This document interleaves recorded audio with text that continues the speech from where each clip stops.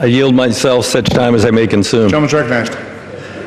Well, this has been a long time coming, and I congratulate the full committee chairman, the subcommittee chair, my ranking member, Eleanor Holmes Norton, and all the members of the committee for moving forward a good bipartisan product. None of us got everything we wanted in that bill, but there is a lot of good policy in there. The funding still leaves a lot to be desired. It will begin to address the infrastructure crisis in America. 140,000 bridges need substantial repair or replacement. 40% of the road surface on the national highway system has deteriorated to the point where you have to dig up the roadbed and rebuild the road, not just resurface it. And on our major transit systems, our legacy transit systems, $84 billion to bring them up to a state of good repair. $84 billion. It's so bad that they're actually killing people here in Washington, D.C. because of the decrepit nature of the mass transit system. This bill will begin to deal with those issues. It will give the states a 6-year planning horizon so they can plan longer-term projects. Longer-term projects mean more bang for the buck, more jobs will be created.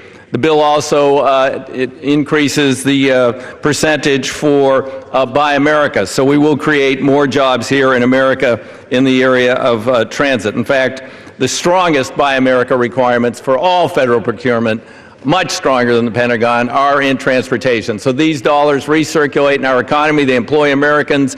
They subcontract with American small businesses. Those monies recirculate in our communities and can create real growth and wealth. But as I mentioned earlier, we're still not certain whether there will be amendments allowed, and a number of members have contributed to the Rules Committee proposals to increase funding with one form or another of user fee. User fee has been the tradition since Dwight David Eisenhower said this will be a self-funded program funded by a gas tax. The federal gas tax hasn't gone up since 1993, 18.3 cents a gallon. There are many meritorious proposals to change that in different ways, to index it, to have a temporary increase with a commission, a barrel tax, a straight-up increase in the gas tax to have it catch up with inflation. There's a myriad of them out there, and I hope that some are allowed and that this body is allowed to work its will. 8 all-red states have raised their gas tax in the last year, and not a single state rep or senator has been recalled or lost their election because of it. The American people get it. If they don't want to blow out their tires and break their rims and potholes, we need to invest. If they don't want to be detoured around closed or weight-limited bridges, we need to invest. If they wonder whether they're going to get there alive or get there at all, when they get on a mass transit system, we need to invest at every level, and the investment is not what it should be in this bill. But there are many good policies. A new national, first time ever, major freight and highway projects of national and regional importance. We need a focus on moving our freight more efficiently in this country. As I mentioned earlier, we're getting an increase in Buy America. We also reform the workforce retraining programs, which will create career pathways for minorities, women, veterans, and individuals with disabilities and low-income workers.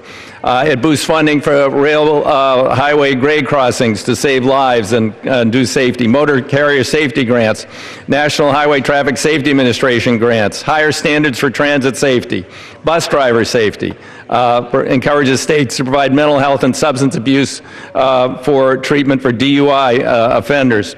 It improves the safety for transport of hazardous materials and provides critical protection for crude by rail. It will provide more information to state emergency responders, require comprehensive, amazing we don't have that now, oil spill response plans, and increase the safety of oil tank cars with thermal blankets and other improvements. So all in all, there is much to recommend this bill. It also looks to the future, and it would put in $115 million to allow states to test new ways of raising the money necessary to rebuild, maintain, and improve the efficiency of our national transportation system, whether it would be vehicle miles traveled or other new innovative ideas. And that is what we've got to look toward the future. We cannot continue just on a gas and diesel tax forever. So I again applaud the chairman, the subcommittee chairman, and my colleagues on the committee. I look forward to a long and robust and open debate over amendments, and hopefully the bill will come out of that process improved and not damaged, and we'll get broad support here on the floor of the House. With that, I reserve the balance of my time. The gentleman reserves the balance of his time.